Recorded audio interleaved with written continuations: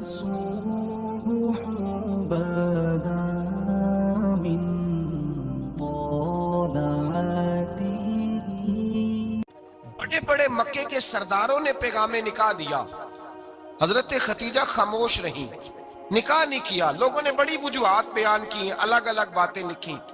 شیخ محقق شاہ عبدالحق محدث دہلوی فرماتے نہیں، اصل بات اور تھی۔ عرب کے اندر سال کے بعد عورتوں کا ایک میلہ لگتا تھا خانہ کعبہ کے پاس، صرف عورتیں اکٹھی ہوتی تھی، میلہ لگا ہوا تھا۔